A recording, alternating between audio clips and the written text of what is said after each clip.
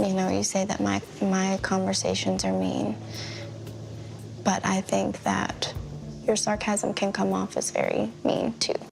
Hey guys, and welcome back to Little Black Book. You know what time it is. Talking to you guys obviously about Brett and Olivia part 2 of our review of episode 12. Guys, if you're new to the channel, make sure you like, share, subscribe, click on the bell button for a notification of the uploads. And for those of you who are returnees, well, you got the minerals, you got the minerals. Let's get into the video. So part 2, we see Olivia and Brett in the apartment, and they are discussing, I guess, obviously their relationship. Well, Olivia kind of kicks off things with discussion around, obviously, a review from speaking to Pastor Cal. I think what was interesting with the conversation was the way it opened up, and I don't know if Olivia's aware of this. And I always talk about people about the language we use is so important because it begins to create a narrative. And when you are communicating, you're trying to paint a particular picture in the person's head to be able to unlock them to see what you see, right? So your words paint a thousand words paints a picture, or a picture paints 1,000 words, whatever you want to call it, right? But words are able to communicate an image to somebody. And so the opening words that Olivia uses, I felt like if Brett didn't receive and you know what, Brett didn't received it, but he there was some defensiveness to it, and the reason why is because of the way it was communicated. For instance, first thing she said obviously was there's something I want you to work on, right? I have something that I want you to work on when we do have conflict, is your sarcasm can be very hurtful. And it's something I want you to work on and change, whatever, right? And I felt like, oh, hold on a minute. There's something that we need to work on. Because one thing is obviously what Brett needs to work on. Yes, the sarcasm is annoying, and I actually agree with that 100%. And I believe that, he does that, and it's frustrating. You know what I mean? But we are working on something, because you weren't the only one that Pastor Cal spoke to. Yeah? Now, when you say we, what it does, it lightens the mood, as if it's not just you in this battle, it's both me and you. Therefore, you're not alone. Therefore, we're a team. Therefore, we are one. We're a unit. So as I'm saying to you, oh, this is what you need to work on. We need to work on this, right? And so I think just working on our communication style when we have conflict and recognizing that we just need to... Right? And when I say we, it doesn't mean that she has to work on her sarcasm. What I'm saying to you is, when you say we, you can split and go, okay, so we need to work on some things, right? That's how you start it. We need to work on some things. What I would like you to work on is sarcasm. And what I'm going to do, I'm going to work on making sure that I'm secure and trusting you in what you say to be true. Boom.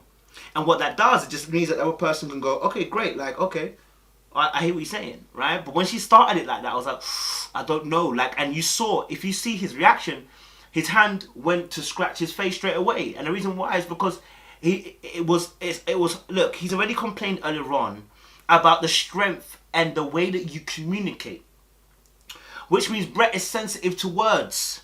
You understand? So the way you're going to say something needs to land correctly. I always say this, shut up isn't keep quiet.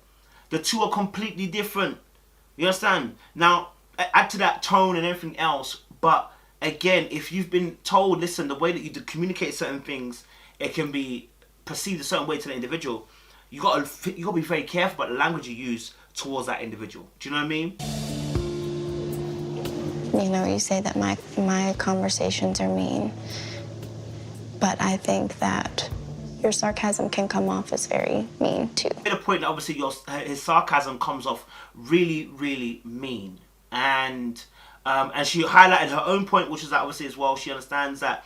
She said, obviously, look, you're saying to me that I come off very strong and very mean the way I say certain things. So does your sarcasm. And I think this is a good moment, because what was happening was that Olivia was able to explore not only her problem, but his problem as well. And also explore the fact that, listen, both of them are communicating in a way that can be hurtful to the other person. And the fact that she was taking the lead on that was very, very important. Because what that means now is that, Brett, you got the responsibility of responding correctly.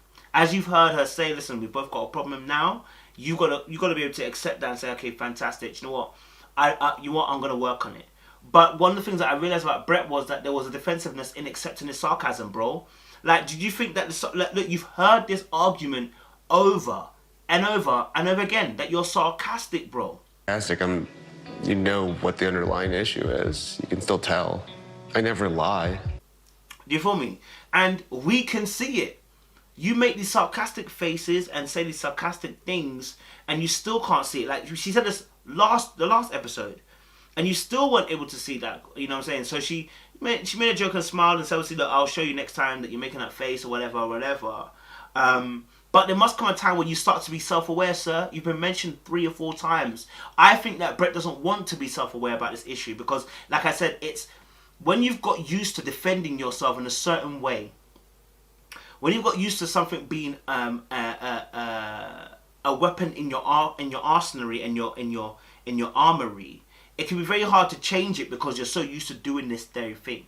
For instance, it took me a while to understand that, you know, using my words to flirt and to be, you know, to do double entendres and, you know, to do certain innuendos. That's not what I should be doing, right? If I'm in a relationship, that's something I can't be doing. Do you get what I'm saying? When in the early days of my relationships, I found it very hard not to do because I was so used to doing it. It was part and parcel of me. Like it was natural for me. Sarcasm, it makes me more defensive because of how it comes across. And I'm trying to do it, right?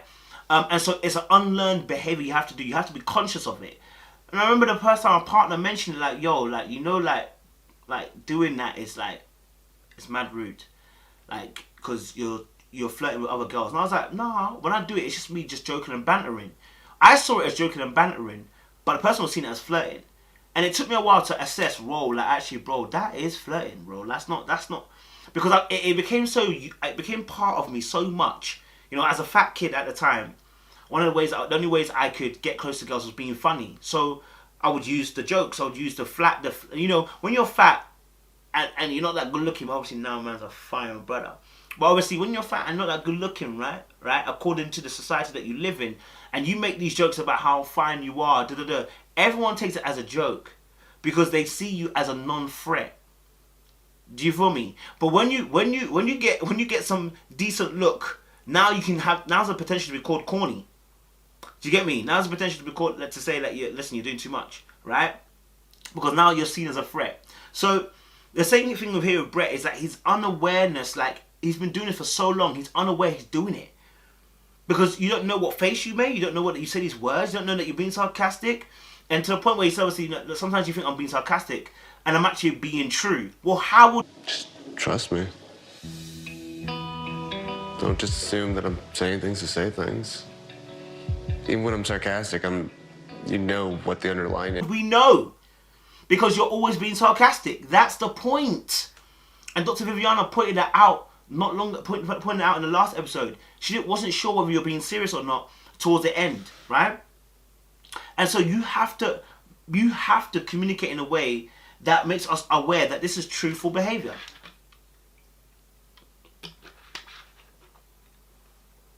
So when he is complaining about, you know, knowing that I'm being truthful, I wouldn't know that because unless you're releasing this sarcasm, you know, far less frequently than you are doing now, I will never know. So it's important to understand that, get that key understanding from that. Even when I'm sarcastic, you know what the underlying issue is. You can still tell. I never lie. And he made a point about obviously the fact that, you know, you will always know the underlying issues with my sarcasm. I'm like, no, but the thing is, listen, with sarcasm, what can happen is that a person can get so frustrated they've stopped listening to your point. That's the problem with sarcasm, is that it riles people up to a point where they stop listening to what is your underlying point. And that's a key thing. Are you going to be able to communicate in a more formal fashion to be able to get that key point across as to what you're really saying? The sarcasm has a time and has a place. It's not for everywhere. So if you need to communicate a very important lesson or communicate a very important message, you do it in a way that the person will understand. The sarcasm is too much. She won't know the underlying issues. And that's because, fam, when you're frustrated and you're angry and you're annoyed at the fact the person keeps doing sarcasm, you lose perspective and focus on the actual point of the person. And that's When you said all you had to say, and all the poison was washed away, and all that's there. you know, I think as well that, you know, there was a hug that was towards the end as well, which I thought, like, it looked endearing. It was very, very warm, and I saw that he obviously, you know, when he gets close to her, he always wants to kind of like stroke her, or, you know what I'm saying, like touch her, and that's not wrong with that at all. Like, the hug was a genuine hug from both of them, and I felt, and you saw how she leant over. This was an affectionate hug. This is what we were looking for affection. Do you understand? We were looking for this intimacy. We were looking for that kind of thing. Do you know what I mean? From both of you. And so you've seen her lean over and he gives her a strong hug and cuddle. But what was interesting was the last scene, because when they were looking at their anniversary tape, I think obviously there was cuts that were being made in that particular scene, because they must have cut it, chopped it. Because in one scene where, and I'll be honest, he reached over, put his arm around her, she didn't move. And I think they shot this twice. So her immediate response when he puts his arm around her, she didn't move. She stayed exactly where she was. She didn't move. It's closer and gives us growth. So I'm hopeful for the next month and excited to see what the future holds. Right? But then there's a second shot in the small, when they're doing a small, and they can see themselves on the screen, and etc., where she actually moved in and got close to him finally. Right? And he was Either way. Pleasure to meet you. maybe to stroke her arm. But in several shots, she didn't want to move and get close to him. Even though he put his arm around her, she stayed in the exact same space. And for me, again, that's communication of, I'm not fully trusting you. I'm not fully allowing myself to be vulnerable in that intimacy space with you just yet. I'm not allowing myself to be intimate on that level with you just yet, because I don't trust you. And so for me, I'm going to stay where I'm on my side. I don't, you know what I'm saying? Like, I know she's trying on the affectionate side, but that's what we're talking about. That level of affection there can be seen as a rejection to Brett. Because if he feels like, look, I'm trying, like he said it in the last episode, I'm trying and I'll keep trying. I put my arm around you and you reject and you don't get close. You're basically saying you don't want me to get close to you. Do you feel me? And that can be an issue. And that can cause a trigger. And that can cause defensiveness. And that can cause sarcasm. Because he feels like he has to defend himself. Why? Because he doesn't want to get hurt. Yeah? And that's a key point. So yeah, for me, with Brett and Olivia, I believe that they can make it. I believe they communicate. I believe if experts get close to them, they can help them down the road. And so yeah, guys, for me, that's what I would say. So make sure you guys like, share, subscribe. Leave a comment down below with your thoughts as well. Leave a comment down below as well with your comments. And like, share, subscribe. We appreciate you guys. Stay locked, stay loaded. More love.